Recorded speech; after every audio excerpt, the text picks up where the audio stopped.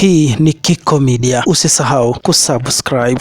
Kulingana na maandiko, mafanikio ya kweli yanatokana na kumtii Mungu, kuwa mwaminifu na kufanya kazi kwa bidii. Kuna uhusiano mkubwa kati ya kumtii Mungu na kufanikiwa, ambapo utii unajenga hekima ya kufanya maamuzi sahihi, unaleta baraka na ulinzi, na kuonyesha njia ya maisha kupitia miongozo ya kiroho. Kumtii Mungu kunatoa maarifa na akili ya kuepuka maovu au makosa makubwa yanayoweza kuharibu maisha na kazi zako. Maandiko yanaonyesha kuwa mtu anayezishika amri na kufuata sauti ya Muumba huwekwa kwenye nafasi ya kupokea baraka na ustawi. Utii hujenga nidhamu binafsi, uaminifu na bidii kazini, ambapo ni nguzo ya mafanikio ya kudumu bila hofu wala misongo ya mawazo. Biblia inasisitiza wazi kuwa huwezi kufanikiwa ikiwa utaendeleza kufanya mambo haya. Moja ni kiburi na majivuno. Kujiona bora kuliko wengine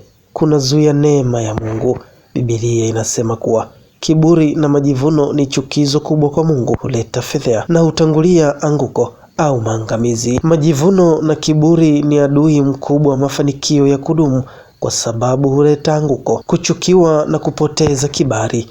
Uhusiano wake na mafanikio ni kwamba kiburi humfanya mtu ajione amefika, kuacha kujifunza na kuwakosea wengine, huku ikisababisha adhabu na aibu badala ya baraka. Ukisoma Mithali sura ya 16 aya 18 inasema, kiburi hutangulia uangamivu na roho yenye kutakabari hutangulia maanguko. Ukisoma Mithali sura ya 11 aya pili inasema, kijapo kiburi ndipo ijapo aibu, bali heshima hukaa na wanyenyekevu. Ukisoma Yakobo sura ya 4 aya ya 6 inasema kuwa, lakini hutujalia sisi neema iliyozidi, kwa hiyo kusema, Mungu huwapinga wajikuzao, bali huwapa neema wanyenyekevu. Ukisoma Mithali sura ya 16 aya 5 inasema, kila mwenye moyo wa kiburi ni chukizo kwa Bwana, hakika hatakosa adhabu. Jambo la pili ambalo Biblia inasisitiza kuwa kama utaendelea kufanya hutapata mafanikio katika maisha yako ni uvivu na ulegevu. Kukosa nidhamu ya kazi na kupenda kulala kunaleta umaskini.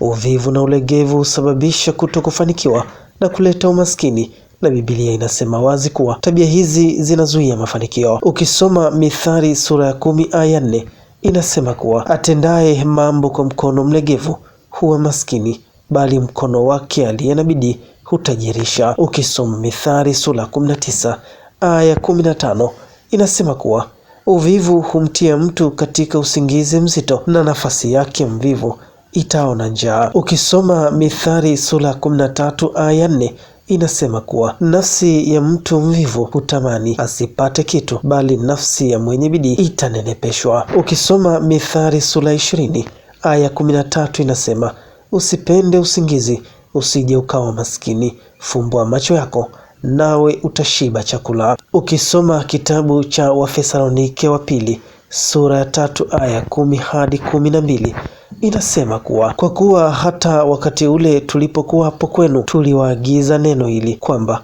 ikiwa mtu hataki kufanya kazi, basi asile chakula. Maana twasikia kwamba wako watu kwenu waendao bila utaratibu, hawana shughuli zao wenyewe, lakini wanajishughulisha na mambo ya wengine. Basi twawaagiza hao na kuwaonya katika Bwana Yesu Kristo, watende kazi kwa utulivu na kula chakula chao wenyewe. Jambo la tatu ambalo Biblia inasisitiza kuwa kama utaendelea kulifanya huwezi kupata mafanikio katika maisha ni ubadhirifu na kupenda anasa. Ubadhirifu na kupenda anasa unasababisha kutokufanikiwa kulingana na Biblia, kwani tabia hizi humfanya mtu kumaliza rasilimali zake kwa starehe badala ya kuweka akiba au kuwekeza. Ukisoma kitabu cha Mithali sura 21 aya 17 kinasema kuwa, mtu apendaye anasa atakuwa maskini, apendaye mvinyo na mafuta hatakuwa tajiri. Mstari huu unaonyesha wazi kuwa mtu anayetumia kila kitu kwa ajili ya starehe za mwili hukosa misingi ya kiuchumi na kuishia kwenye umaskini. Ukisoma kitabu cha Yakobo sura ya 5 aya 5 inasema kuwa, mmefanya anasa katika dunia na kujifurahisha kwa tamaa. Mmejirisha mioyo yenu kama siku ya machinjo. Inasema kuwa kujitupa kwenye anasa za kidunia kunapofosha mtu na huleta angamizo badala ya mafanikio ya kweli. Jambo la 4 ambalo Biblia inasema ukifanya huwezi kufanikiwa katika maisha yako ni kuwa na marafiki wabaya na washauri wajinga. Kuwa na marafiki wabaya na washauri wajinga kunasababisha kuto kufanikiwa.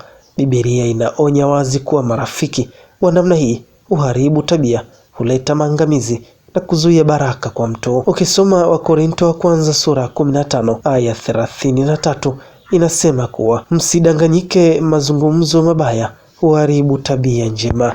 Ukisoma Mithali sura 13 aya 20 inasema kuwa enenda pamoja na wenye hekima nawe utakuwa na hekima, bali rafiki wa wapumbavu ataumia. Jambo la 5 ambalo Biblia inasisitiza kuwa kama utaendelea kufanya hutafanikiwa katika maisha yako ni uongo na udanganyifu. Uongo na udanganyifu unasababisha kutokufanikiwa kwa sababu huleta chukizo kwa Mungu, huharibu uhusiano na kuondoa baraka. Kufanikiwa kwa njia za mkato, dhuluma au kuiba hakutadumu na huondoa baraka. Ukisoma kitabu cha Mithali sura 12 aya 22 inasema kuwa midomo ya uongo ni chukizo kwa Bwana, bali watendao uaminifu ndio furaha yake. Kitabu cha Mithali sura ya 21 aya 6 inasema kuwa kupata akiba ya mali kwa ulimi wa uongo ni moshi upeperushwao, ni kutafuta mauti. Matokeo ya uongo kulingana na maandiko